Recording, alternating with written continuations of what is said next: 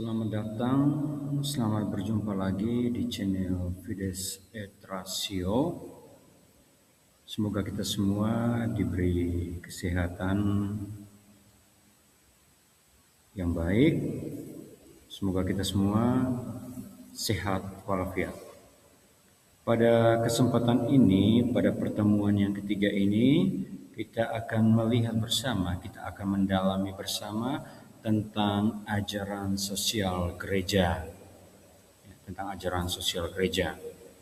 Sub pokok yang akan kita dalami yaitu latar belakang ajaran sosial gereja, pengertian ajaran sosial gereja, tujuan ajaran sosial gereja, prinsip-prinsip ajaran sosial gereja, bentuk-bentuk atau jenis ajaran sosial gereja, beberapa contoh dokumen ajaran sosial gereja ya akan kita lihat juga, tema-tema kunci ajaran sosial gereja.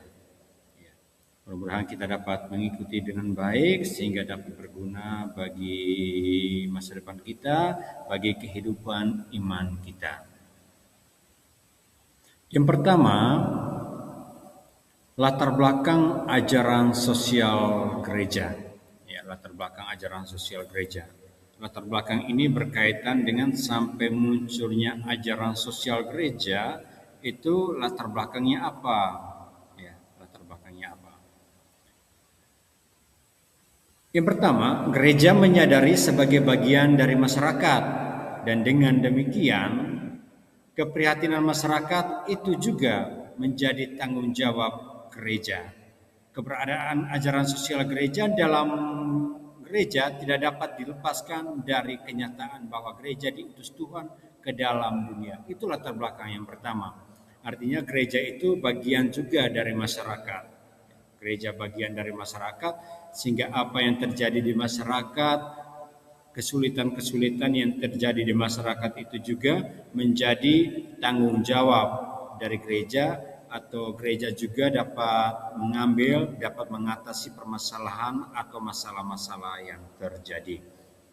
Itu latar belakang yang pertama. Latar belakang kedua, Tuhan mengutus gereja ke dunia untuk menjadi sakramen dan menandai hadirnya tanda dan sarana keselamatan Tuhan di dunia.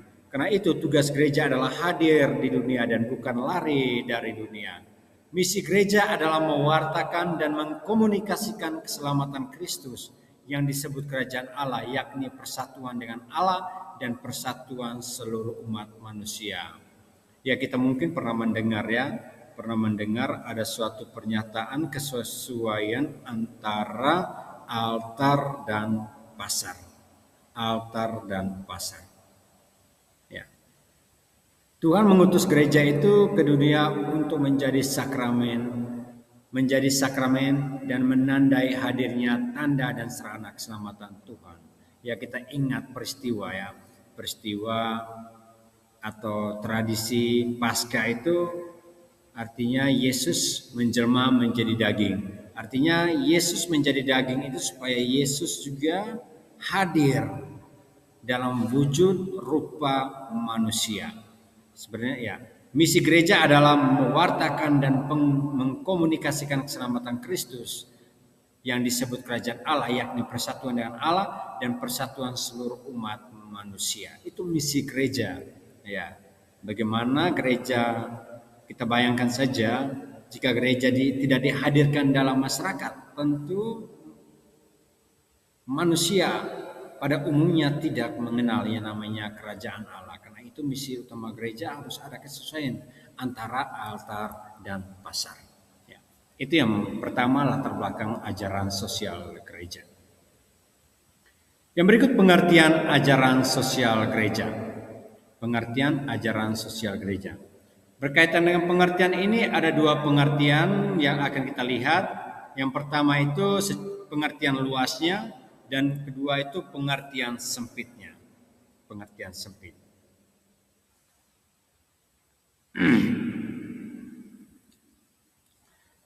Pengertian luas, ajaran mengenai hak dan kewajiban berbagai anggota masyarakat dalam hubungan dengan kebaikan bersama baik dalam hidup nasional maupun internasional.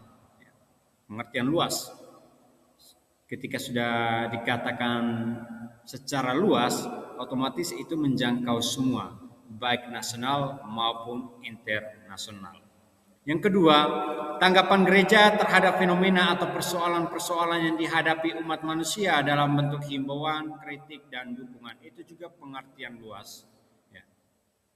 Yang ketiga, bentuk keperhatian gereja terhadap dunia dan umat manusia dalam wujud dokumen yang perlu disosialisasikan. Dalam gereja Katolik terdapat banyak dokumen, dokumen berkaitan dengan ajaran-ajaran sosial gereja, dan juga itu sudah disosialisasikan, bahkan dipublikasikan itu. Yang kedua itu pengertian sempit. Kumpulan aneka dokumen, umumnya disebut ensiklik, yang dikeluarkan oleh magisterium gereja dan berbicara tentang persoalan-persoalan sosial. Pengertian sempit. Kalau pengertian sempit itu dia berupa buku saja, dokumen atau ensiklik, buku-buku atau ensiklik, baik itu yang ada dalam Konsili Vatikan kedua atau dan lain-lain. Tapi beda dengan pengertian luas. Pengertian luas bukan sekedar buku atau dokumen atau ensiklik, tapi berkaitan dengan tindakan nyata. Artinya kehadiran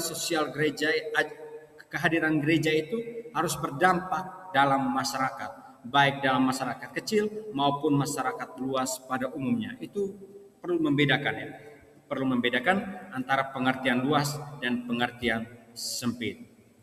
Tidak ada arti, tidak ada arti kalau ajaran sosial gereja itu hanya berupa dokumen atau ensiklik. Itu tidak ada arti sama sekali. Dia harus nyata hadir di tengah masyarakat. Karena itu perlu yang adanya namanya pengertian luas. Karena itu kita perlu membedakan antara pengertian sempit dan pengertian luas. Ajaran sosial gereja. Berikut tujuan ajaran sosial gereja. Tujuan yang pertama, menghadirkan kepada manusia rencana Allah bagi realitas duniawi dan menerangi serta membimbing manusia dalam membangun dunia seturut rencana Tuhan. Tujuan ajaran sosial gereja. Itu menghadirkan kepada manusia rencana Allah bagi realitas duniawi dan menerangi serta membimbing manusia dalam membangun dunia seturut rencana Tuhan. Yang kedua, menjadi pedoman, dorongan, dan bekal bagi banyak orang Katolik dalam perjuangannya ikut serta menciptakan dunia kerja dan beragam relasi manusia yang terhormat dan masyarakat sejahtera yang bermartabat, bersahabat, dan bermartabat. Itu tujuan dari ajaran sosial gereja. Berikut prinsip ajaran sosial gereja. Yang pertama itu prinsip penghargaan terhadap martabat manusia. Yang kedua, prinsip untuk menciptakan kebaikan bersama atau bonum commune. Yang ketiga, prinsip solidaritas atau kesetiakawanan. Yang keempat, prinsip subsidiaritas. Yang kelima itu keberpihakan kepada mereka yang lemah. Baik. Dari beberapa prinsip ini kita dapat menyimpulkan bahwa ajaran sosial gereja itu sangat prioritas dan sasaran itu pada manusia.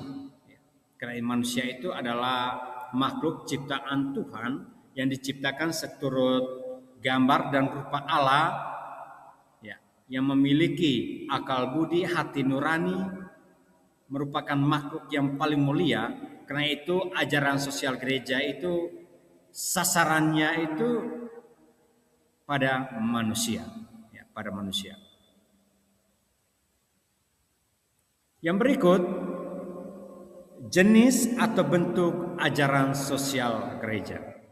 Jenis atau bentuk ajaran sosial gereja. Dokumen resmi gereja hasil konsili dan sinode. Gaudium et Spes, kegembiraan dan harapan. Dokumen ini dihasilkan pada 7 Desember 1965.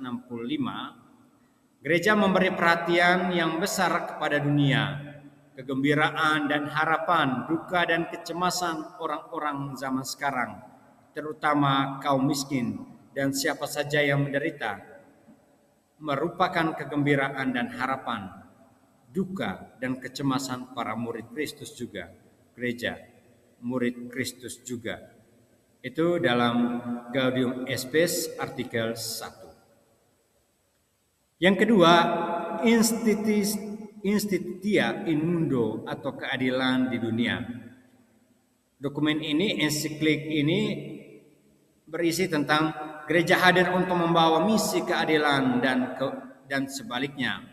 Bila keadilan maju dan berkembang, maka terciptalah kerajaan Allah di dunia yang merupakan misi utama gereja, menghadirkan kerajaan Allah di dunia. Ya, itu dua dokumen resmi Gereja Katolik hasil konsili dan sinode. Yang berikut ensiklik. Secara etimologis, ensiklik berasal dari kata ensiklikal, ya, diambil dari bahasa Yunani yang berarti surat edaran.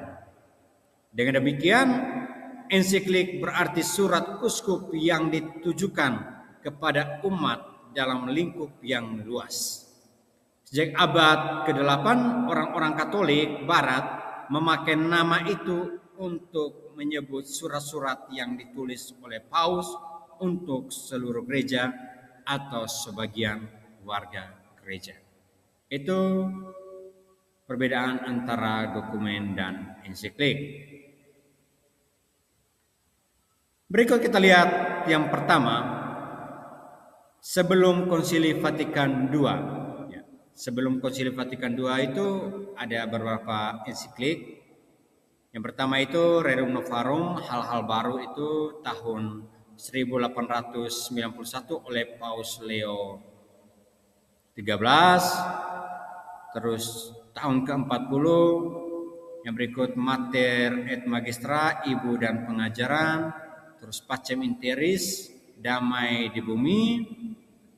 Berikut Konsili Vatikan II dan sesudahnya Popularum Progressio, kemajuan bangsa-bangsa.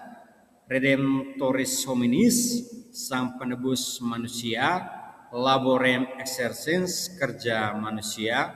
Solicitudo Rei Socialis, keperhatian sosial.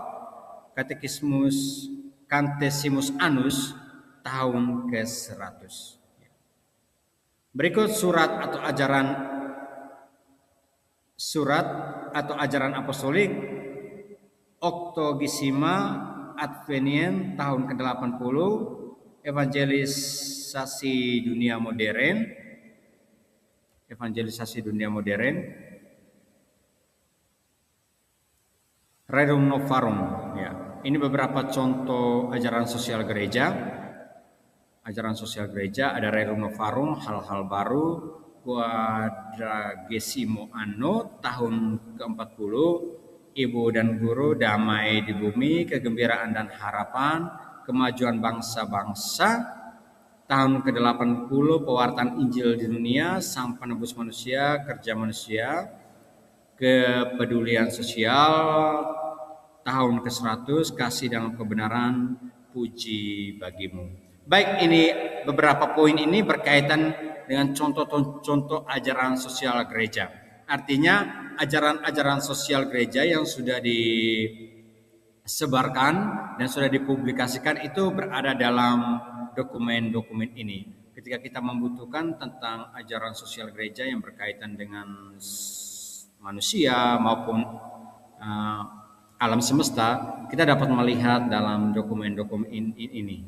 Karena dokumen ini sudah menuliskan tentang ajaran-ajaran sosial gereja. Berikut kita melihat tentang tema kunci dari ensiklik ajaran sosial gereja. Yang pertama, kesucian hidup manusia dan martabat pribadi harus dijunjung tinggi, melebihi benda-benda, dan harus dijaga sejak di kandungan ibu. Ya, baik, poin pertama ini penting sekali. Ya, poin pertama ini penting sekali.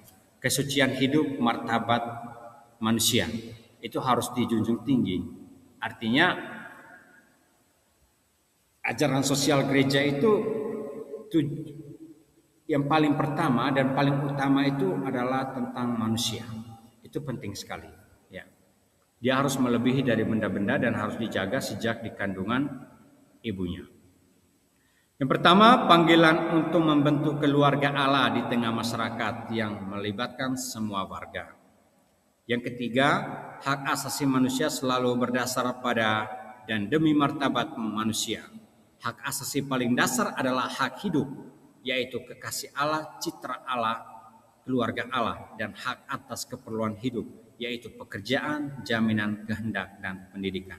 Nah, berkaitan dengan hak hidup dan hak atas keperluan hidup ini juga yang harus diterima oleh setiap pribadi manusia. Ya.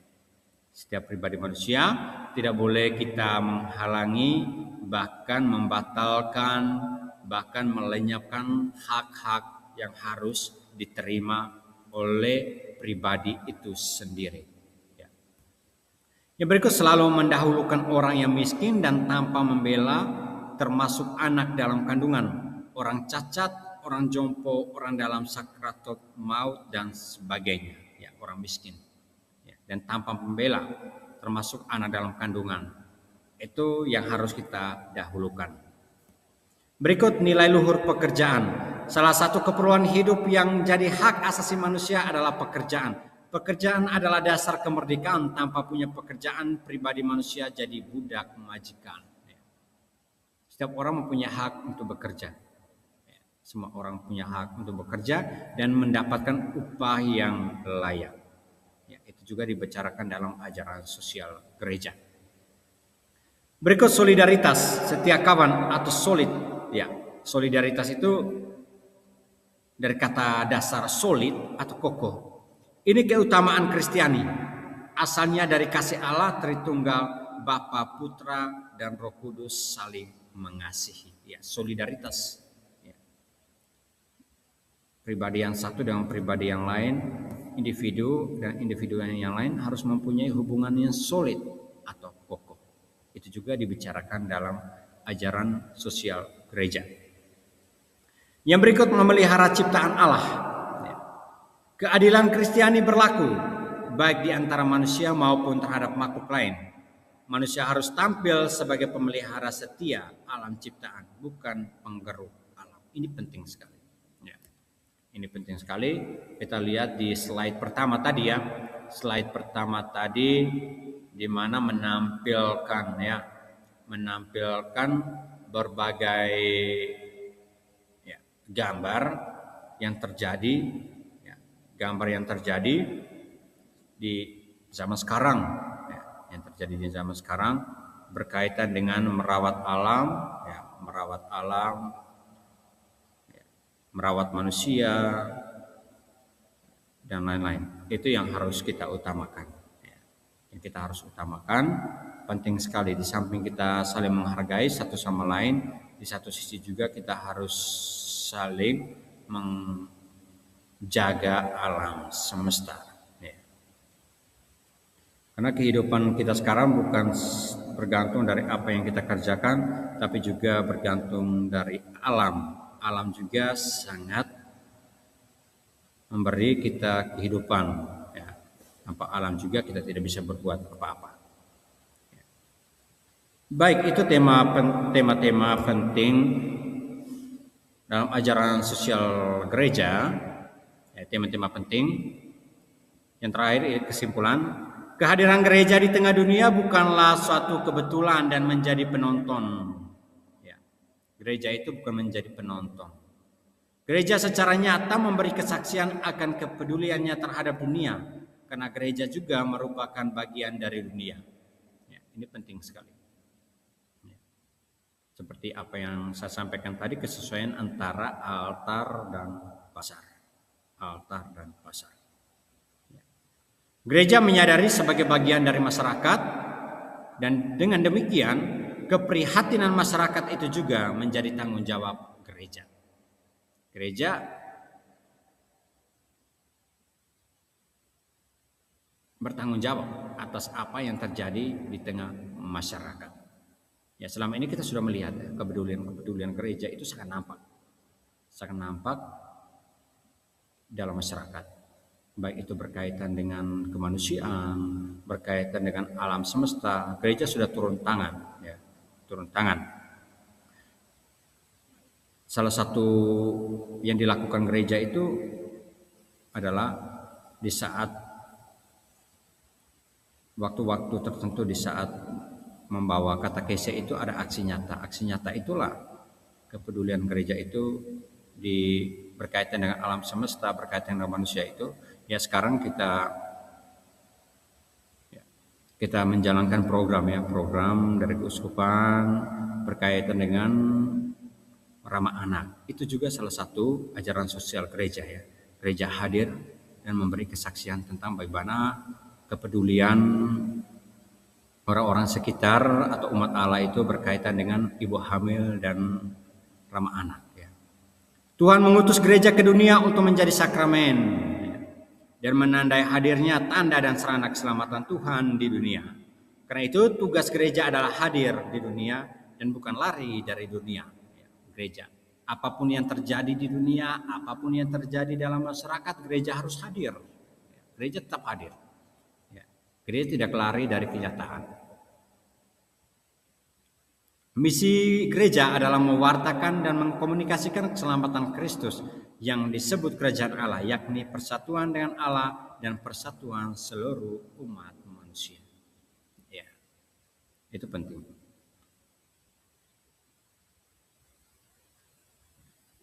Baik itu beberapa poin dan juga kesimpulan tentang ajaran sosial gereja. Mudah-mudahan tema-tema ini, pertemuan kali ini membantu kita semakin peduli berkaitan dengan apa yang terjadi dalam masyarakat. Sampai berjumpa di pertemuan berikut. Sekian dan terima kasih.